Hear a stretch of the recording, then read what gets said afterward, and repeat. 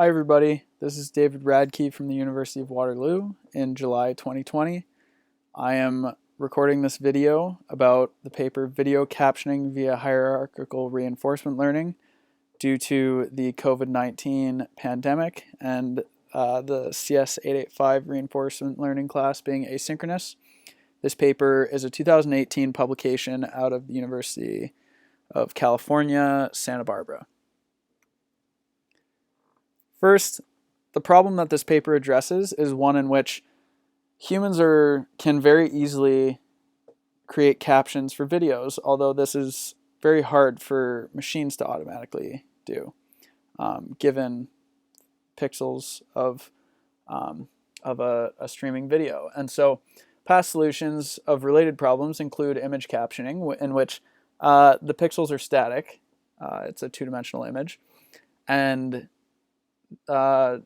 generating short, simple sentences of videos, which are fine if the video's short, but as the video grows in length, this doesn't become very representative.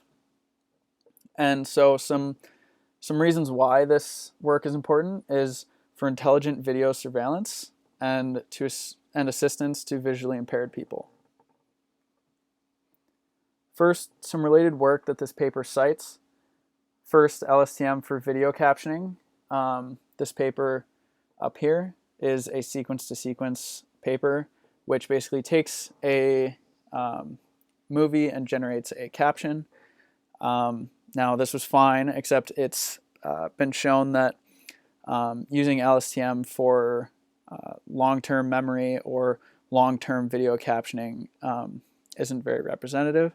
So some improvements done on this work, as cited here next, are one, including attention, including a hierarchical RNN, and multitask learning. Now, in these works, the authors of this paper note that most of the work they cite uses max likelihood given the previous ground truth outputs, and they say this is not very a very good practice because this is not always available at test time. Hold on to this because I'll revisit this in later slides. They also include a citation of this Ronzato et al. 2015 paper in which a reinforced algorithm is used for video captioning, which led to highly variant and unstable gradients, which can then be improved using an actor-critic technique or reinforced with a baseline, although all of these works fail to grasp the high-level semantic flow of the video and the information in the video. So the high-level idea of this problem is to generate citations or captions of a video segment by segment. So as we can see down here, this is an example of a video, which is just pictures in this case. And the caption, a person sits on a bed and puts a laptop into a bag, etc., is broken up by these different segments. A person sits on a bed and puts a laptop into a bag. Now, the idea is one that is common in different areas of computer science, and that is divide and conquer. I'll get into in a bit. The model is actually formulated as a collection of agents which are specialized to kind of work in different temporal scales. And so, for instance, the caption and video segment is divided up into smaller bits, which are then given to an area of the model which is more fine-tuned. So the framework in this setting, the environment is actually the video context and textual context of a video. There's different modules, as I mentioned. There's an overarching manager module, which sets a goal for lower temporal resolution, which are these this overall arching goal, which then passes to the worker module. This worker then selects primitive actions, which are words in this case, at every time step following the goal set by that manager. And then there's this internal critic, which determines if the goal is accomplished by the worker. So the worker basically generates a bunch of words, and then the internal critic gives a binary signal back to the manager to determine if the worker has achieved that goal. Now, actions in this case, as I mentioned, include the worker generating different segments of words, different segments of the caption. And some further details, which I'll get into, is that the manager and the worker both have attention modules over the video frames. I'll get into this later, but basically attention modules are basically seen primarily in sequence-to-sequence problems like neural machine translation and kind of image captioning. So it kind of seems like an intuitive addition to this work. And that this paper exploits the intrinsic rewards at different time spans with the manager and worker, and that this is the first work to consider hierarchical RL in the intersection of vision and language. Hierarchical being the manager sets overarching goals for the worker to then focus on a more fine-grained timescale. So here's an image straight from the paper about the overall workflow. And Seong, if you're there, you should basically see this model as being somewhat familiar, because this model is actually just an autoencoder. And much like in your paper where they had an autoencoder, this model basically takes in the video through convolutional layers and a low-level bilateral LSTM and LSTM layer, which then passes the manager and worker to then use to generate the proper captions. And again, as I mentioned, the worker takes an action, receives a reward from the environment, the state is given back to the manager. These actions are then evaluated by the internal critic, which then gives a binary performance signal back to the manager to determine if the workers achieved that goal. Some syntax just for when we get into the math in the next couple slides. Video frames are defined using V for time steps I1 to N. The high and low level encoder outputs are referenced using this H or hidden vector, where EW represents the worker and EM represents the manager, and HIEW and HIEM are for time step I in the video. The decoder output language, so these are the words generated by the worker, are represented using A's, A1 through T, where T is the caption length and V is the vocabulary set. And this notion of a vocabulary set is pretty common in neural machine translation and just instances with NLP where you have a fixed vocabulary size. Now we get into the attention mechanism. So this has been around for 4 or 5 years now, and it's basically the ability for a model to focus on different parts of the input to generate an output for that time step. And basically the model takes in a context vector instead of the original hidden vector, which is here, which is basically seen as just a weighted sum of the hidden vector and some weight alpha. And the paper here uses Boudinot style attention, which they don't actually cite, but they have a very detailed derivation of how they calculate it, which is how we know it's Boudinot style attention. And so this is one of the top 2 main algorithms for calculating attention. And here is a figure from the paper where this attention module basically takes in hidden states here and calculates alpha, which the summation of those generate this context vector, which is then given to the worker LSTM for its final predictions A. And how do we find this alpha though? It's not really obvious right here. So this alpha is just a softmax of ETI for each ETI, which we know is the exponential of each ETI over the sum of exponentials, where ETI is this calculation down here. And I mentioned it's Boudinot style attention, and we know this because of these two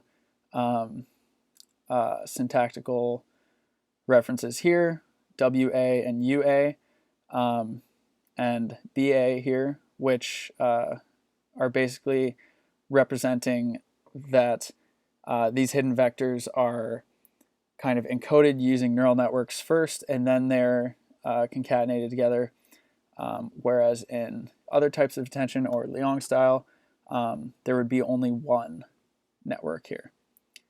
And I included the citation for the one of the Boudinot papers, just because I like this figure and I think it's more intuitive to when explaining attention. You can think of these HLs down here as being time frames of the video, and say you're at this time, going from right to left, say you're at this time, and you want to predict the next word up here. You would basically look back over your memory and you would weight your different observations differently. So for instance, these states over here, these bars representing the softmax output, you would basically weight features in these frames a lot more than features in these frames. And kind of the intuition is hopefully you learn over time that what's happening in these frames is more important than these to this output. So some details about the critic part. The critic has hidden state HTI here, which is in a recurrent network, and the probability of the internal critic signal is a sigmoid neural network here, or a neural network represented by W, parameterized by W and B here, with a sigmoid activation function. And the training goal of this critic network is to maximize the likelihood of the given ground truth signal ZT star, which we see here is taking the argmax of the log, the sum of the log probabilities given words and this ZTI. Which, note, like I said in the related work slide, I have this note, didn't they criticize past work for doing the same thing? They say that past work maximizes the likelihood of the given ground truth signal, which they then say isn't, may not be available at test time.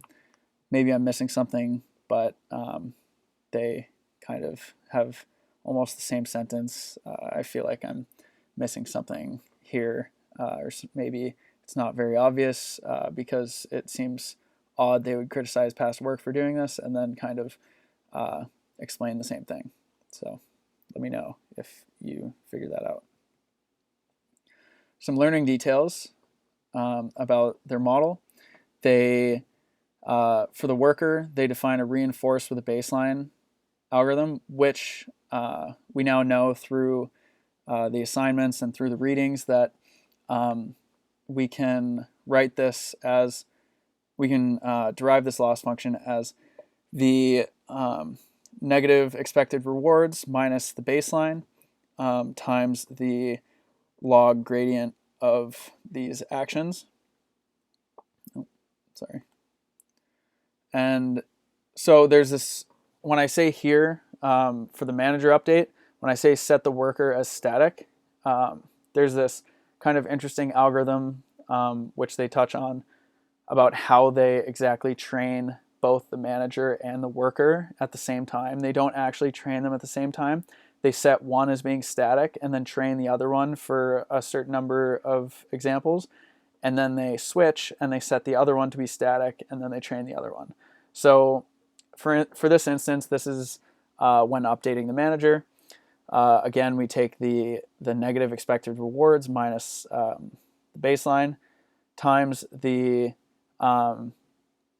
the sum of the gradient of the log of the policy over actions, where C here is the length of caption times the gradient of the manager policy.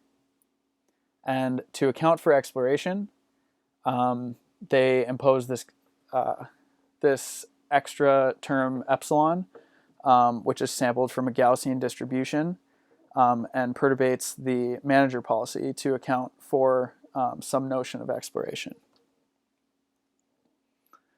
Now, for some reward details, they talk about using the CIDR reward, which I believe this, at least they reference this as being a class of scoring mechanisms, which includes things like the blue score for when you're dealing with natural language. And they define this as let f of x equals CIDR of cent plus x minus the CIDR of cent. And when these are just scores, you plug this into this equation for the worker, where A of t for the worker and E of t for the manager. And so these work at different time scales, but basically it's just the discounted sum from this term, the discounted sum of this difference between the ground truth and the predicted caption. And so that's how they define the scores for both the worker and the manager moving forward into the evaluation. So they conduct 2 experiments on 2 different data sets, one being the MSR VTT data set and one being a charades captions data set.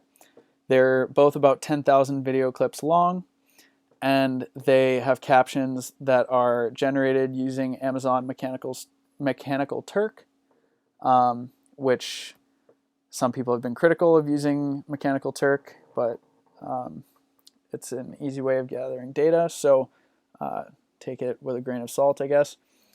For the critic, they manually broke up the captions that they had into semantic chunks, so that, which I'll show in a second, an example, but so that the critic could determine what these individual goals or separate goals would look like. The metrics, as I mentioned, there's CIDR D, there's Blue, Meteor, Rouge L. These are all metrics for natural language, comparing natural language, and they compare with state-of-the-art algorithms on the MSR VTT dataset. These are 2 tables they give of their results. The top one is for the MSR VTT, and the bottom is for the charades dataset. They have these HRL 16, 32, 64 labels, which they don't actually define or talk about until the end of their results. So I'm just going to go ahead and tell you that these represent the dimensionality of the latent vectors that are passed to the decoder modules. And so now that we have that out of the way, we can now understand these results a little better. We see that the hierarchical reinforcement learning algorithm outperforms all other models for Blue at 4, Meteor, Rouge, and CIDR here on the MSR dataset. And then in charades, they really only compare against their baselines, this cross-entropy baseline and RL baseline, and they show that, look, their hierarchical model outperforms the baselines, and they note that this difference here is much larger between their model and the baseline, is much larger than for the MSR dataset, and they attribute this to the charades captions being longer, and therefore the hierarchical model gains better improvement over time because the captions are longer and the videos are longer than for these shorter captions. Now, something I found interesting was this fact that they say they only perform this evaluation against their baseline because no previous work has evaluated this charades dataset, which then kind of points to the fact that they probably didn't actually build these algorithms and they just took these numbers straight from the papers in which they were published, which might be okay, but I think it would be probably better science and maybe better for them all to be implemented given the exact same parameters in the exact same environments to then show these are direct comparisons. And if they had done that, they probably would have just been able to use them for the charades data set as well. And because they talk about how their model does better with longer videos and longer captions, it might have actually made their results more significant because it seems as though their algorithm would have done much better than the other algorithms. But who knows? And they didn't actually implement these. So I thought that was kind of interesting. Now, what's another thing they note is that you can see here HRL16 performs the best given all metrics except for CIDR and blue at 4. And what they talk about this statistic also in reference to this learning curve figure, which basically shows that there's no significant difference in the latent vector size, which is interesting because they talk about how a latent vector of size 16, because of these results, seems to properly encode important information just as well as when the latent vector is of size 64. So that was interesting. Some final discussion about this paper. This is, again, the first work to consider hierarchical reinforcement learning in the intersection of vision and language. This is a very cool topic and kind of an intuitive next step off of automatic image captioning and other NLP problems. They provide a very good background in the paper of reinforcement learning algorithms, reinforcement learning solutions. However, they use up a lot of space in the middle of the paper, deriving loss functions and kind of explaining how to find the calculation of the gradient given quotient rule, and again explaining every equation of the attention module, which has been published at this point for a couple years at the point of this paper. So they use up a lot of space deriving equations, which they probably could have saved space on, and spent more of this time or more space in the paper discussing their results and perhaps showing more examples of captions like I have here. This is the only example from the charades data set down in the results. And I thought it was pretty interesting because, again, we talk about how the ground truth is found on Mechanical Turk, and the caption here is person walks in room, holding phone, sits at table, looks at phone, smiles, puts phone down, gets up, looks out window, and walks out of room. And in terms of a ground truth caption, I don't know if this is very intuitive. If I saw this caption, I would not really think that it is a naturally generated caption from a person. So I think kind of discussing their data sets and discussing more examples of captions like this could be interesting, which they didn't do too much. Again, for some future work, they quickly touch on future work for a couple sentences. They say, quote, they'd like to explore the attention space and don't really go further into discussing that. One thing that's interesting that I think they could do is they could try Liang style attention, which is what I mentioned earlier, where there's one network that is used inside of the attention calculation instead of the two separate networks. They could also try to take a look at attention for spatiotemporal attention for video frames, because this paper only uses temporal where they look back at video frames, but it's known to, in an autoencoder framework for automatic image captioning, you can basically have the model focus on different parts of an image to generate the next word of a caption. So I think maybe this could be interesting, where you look back through space and time of video frames. Just a thought. And this model's use of two different modules I thought was interesting, where you have the worker and manager module. I think perhaps they could play around with how to train these modules, and maybe they could have some sort of adversarial game theoretic training where they don't need to keep one static while they train the other. Maybe they could train them both at the same time and make them both better. I don't know. I haven't thought too much about this, but just kind of seems like an interesting direction of future work. And these are the references. I added the last one here for the Bottineau paper for attention. And thanks for listening. Okay, bye.